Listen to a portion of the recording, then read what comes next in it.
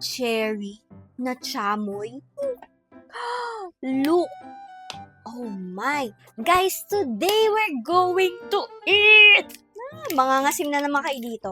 Alam nyo kasi, si Real Candies, meron na naman siyang panibagong produkto. So, si Real Candies, lagi ko yung pinopromote kasi nga, masarap nga yung mangga nila na may chamoy. And then, meron silang chamoyada. And then, meron silang tamarind. So, ayan, naglalaway na ako. Cherry bomb. So, this one is cherry na parang meron siyang mga chamoy-chamoy inside. And guys, challenge to sa akin dahil hindi ako kumakain ng cherry. Meron pa tayo mga added chamoys dito. The mandarinas, ayan, freebie siya. The mandarinas dried orange chamoy. And this one, nareko ko to kasi masarap to guys, the chamoyada. So, we have the dried mango na chamoy, diba? Gusto nyo na mas spicy doon, ito. You try chamoyada. Ngayon, itry na muna natin pala to. So, ayan. If ever magustuhan natin, diba? Ibibili tayo. Lalagay ko din siya dyan sa yellow basket. So, ang itsura niya ay ganito. Ayan siya. Ganyan. Nakakamiss to. Tingnan nyo naman. Naglalaway na ako. Nakita ko pa lang siya. Ayan o. See? So, tingnan natin siya.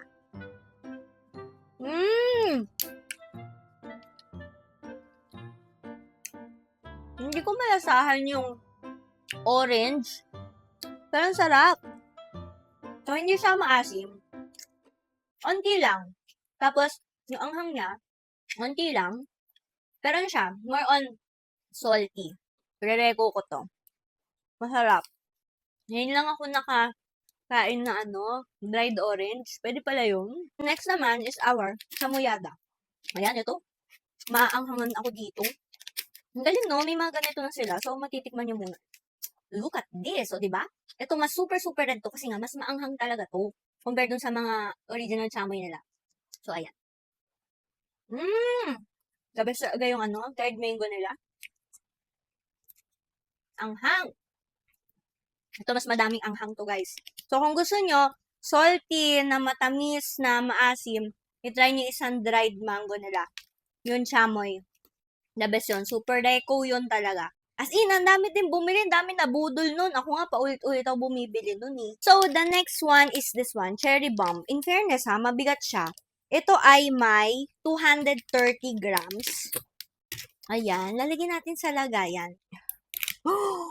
OMG!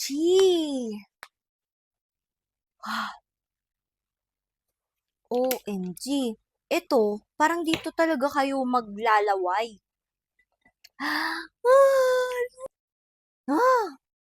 Wow! So, ayan siya.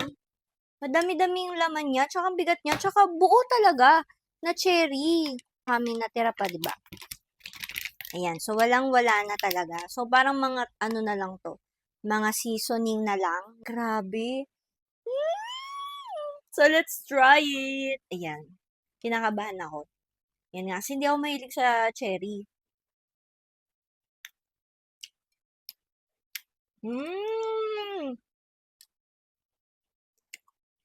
Okay. Unti lang yung pagka-asim nito. Same nung dried orange natin. Pero malalasahan niyo yung combination nung cherry. Ganito yung lasa ng mga cherry na candy. Yung pala talaga yun. Ano siya? Chamoy. Yung talagang original ingredients nila ng chamoy. Salty na medyo maanghang. Sobrang onti lang. Maganda yung combination nung cherry niya tsaka yung chamoy. Perfect din. Diba? Hindi ako nakain ng cherry, guys. Pero, yummers. Naalala ko talaga yung mga candy. Ang galing, no?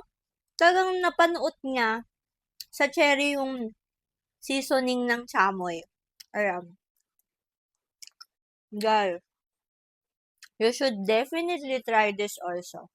Lalagay ko siya dyan sa yellow basket. Lalagay ko din yung dried orange and yung spicy magma. Yummers.